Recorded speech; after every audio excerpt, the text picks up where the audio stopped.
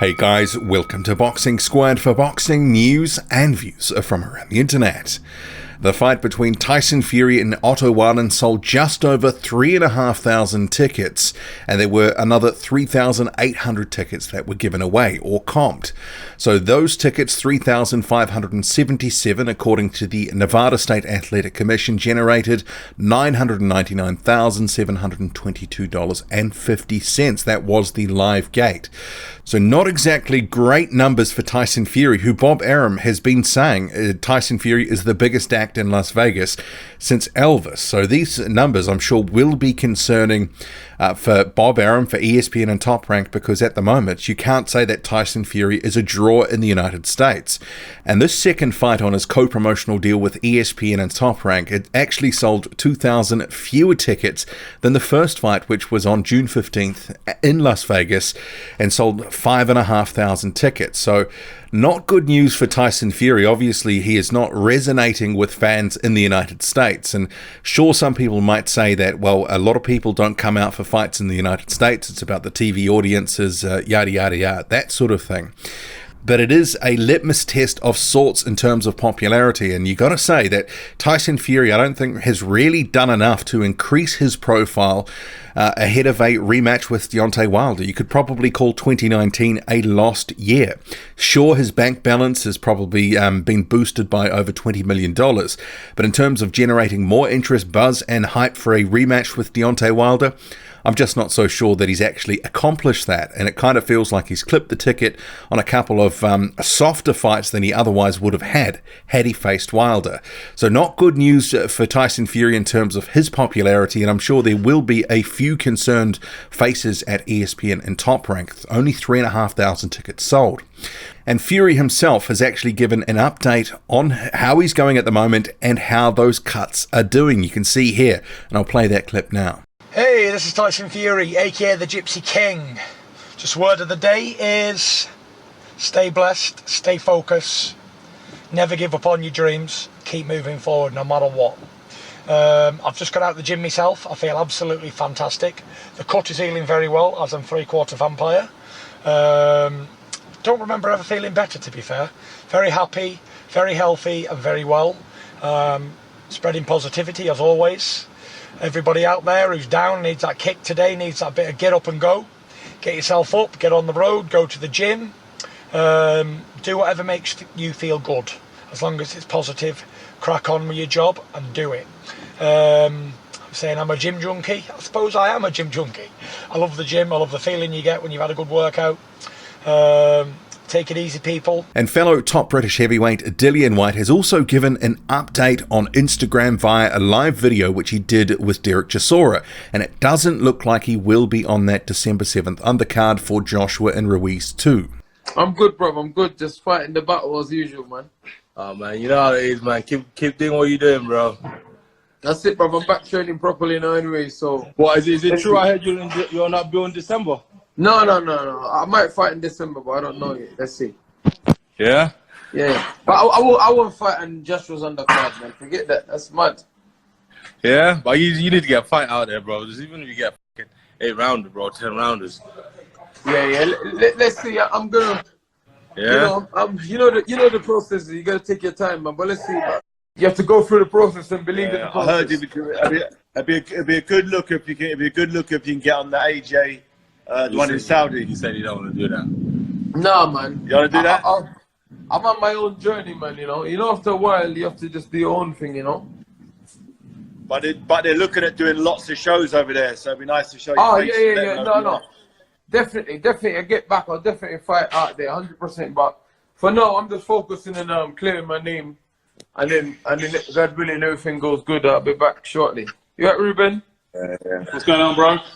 I'm alright, man. The guns is still on point, man.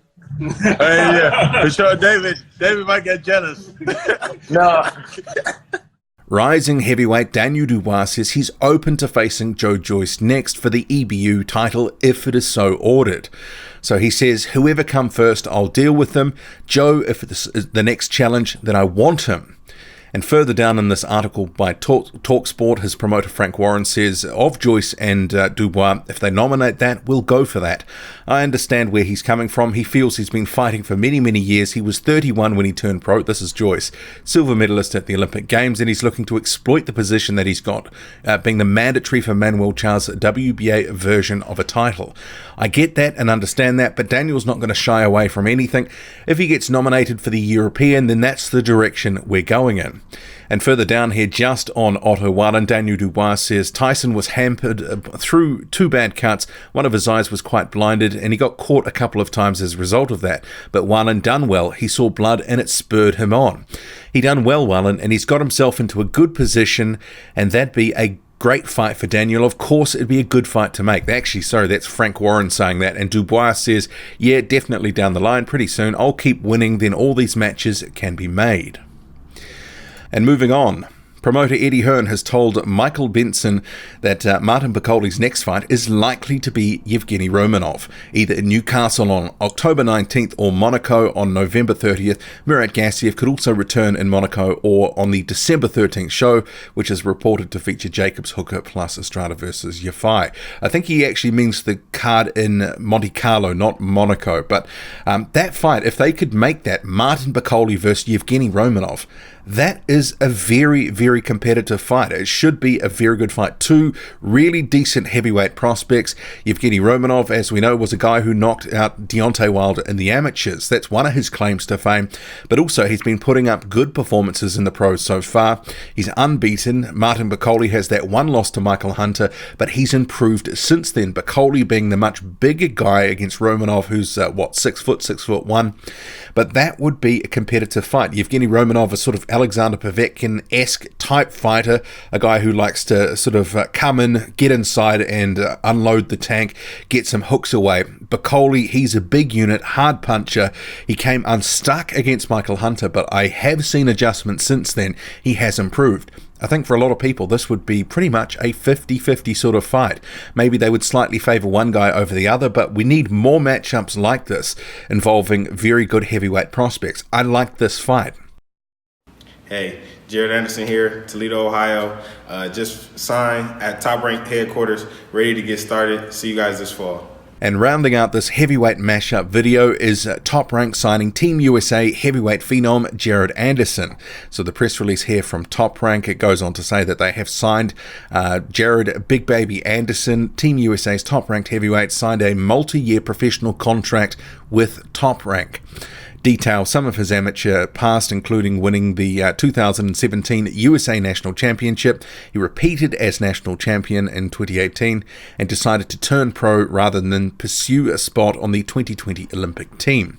As an amateur, Anderson sparred former world champion Joseph Parker, promotional stablemate Sonny Konto, and 2016 Olympic super heavyweight gold medalist Tony Yoka. And I think he sparred Parker and Yoka at the same time. I think that was ahead of the Dillian Whyte fight. It was one of those fights last year, either the Whyte or the Joshua one.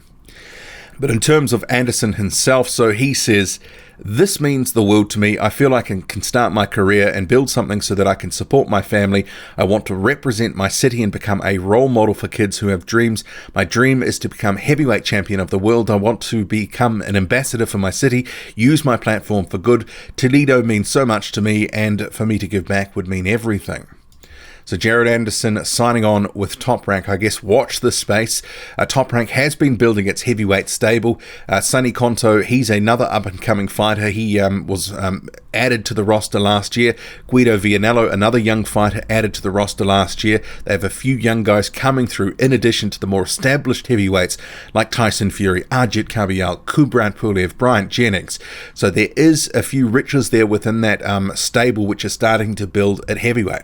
What do you make of the signing? What do you make of those ticket sales by Tyson Fury for his fight versus Otto Wallin? 3,500. That doesn't really seem like enough. Doesn't really seem like he's done enough to promote this potential rematch with Deontay Wilder in February 2020. Drop a comment loud and often. Hit like, hit subscribe. Follow me on Twitter, boxing_squared. I'm out. Hey, brother. Hey, what's up, man? How are you? I'm good. Just repairing some pipes that the dog destroyed.